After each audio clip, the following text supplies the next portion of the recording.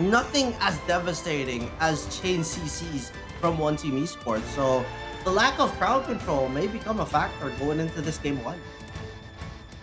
Definitely, and it's gonna be playing on how early they can actually finish the games for themselves. Because in this kind of lineup of ArchAngel, they're actually gambling themselves up to the early game. Yeah, and it has been a solo start, but the Dragon's Bane from Albion. Will be secured safely by Wirao here. And now another engage coming up. There's a blue buff ready to be stolen there. Senko is not going to be able to get it.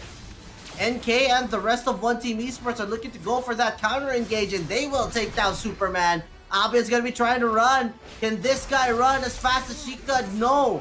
And take back the advantage that they have with the first blood.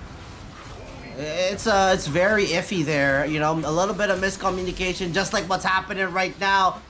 0-0, trying to run away. And the gold is still gonna be Don't drop it. because of NK going for the Senko finishes him off with that speeding bullet. That's gonna be a finish. The teams 18 seconds to actually spawn the Gunslayer and 30 seconds for the Abyssal Dragon. There's a drone drop and the Mark of the Hunter is going to be used. The teleport is not going to be able to help them into safety. Obviously, Albion and Senko going and joining with the Jungle Strike coming in from Zé. That is going to disengage most of the members of ArchAngel. Wawa, though, finishes up. And that's full damage as well. With the Roe being into the mix, he's not going to be able to contribute much. Wawa finishes it off with that Shining Light and Blinding Light. Stun and some pokes are happening. Yep.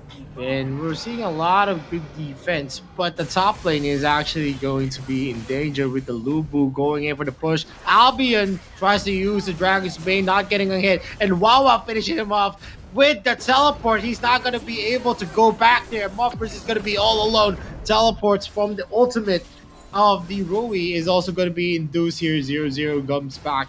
Wawa is going to use the leap of the Fox. The Conqueror is going to be used here for Wirao. Wirao is going to be taken out, and that's Albion left. 2 down again for the side of ArchAngel, while Senko and Muffers are going to go for a fight. Waiting to respond. Lots of opportunities for ONE Team Esports to just dive on top of 0-0, take him out, take the tower. All this damage coming up from one team, and there is no answer to survive here for ArchAngel. Their own strategy blows up in their faces with all the damage in the world. Look how fast they just get deleted off the face of the earth. ArchAngel just left scratching their heads on this one. Nearly deletes Muffers as well. Will be able to stay alive at the very least, but as this core slowly but surely gets taken out of the picture, that is gonna be game, and ONE Team Esports secure game number 1. Yeah, definitely. And one team actually over on a key is a very, very good idea. Key is one of the heroes that I could recommend to go for the defense, because most of the time we're gonna see Elsu near walls. So every time there is gonna be a dive, Key can actually use that to his advantage with the Dragon's Bane. So all in all, I think there's a lot of soaking potential for one team. They're going to be a dominant for one team. That's the Tulin actually going. Dragon's Bane is going to be used. Muffers is going to be taken out with the Thunderbird and all of the fist. It's looking like ONE Team Esports are slowly getting into that groove for themselves, securing that Spirit Sentinel, getting that bonus gold onto Jay and Wawa.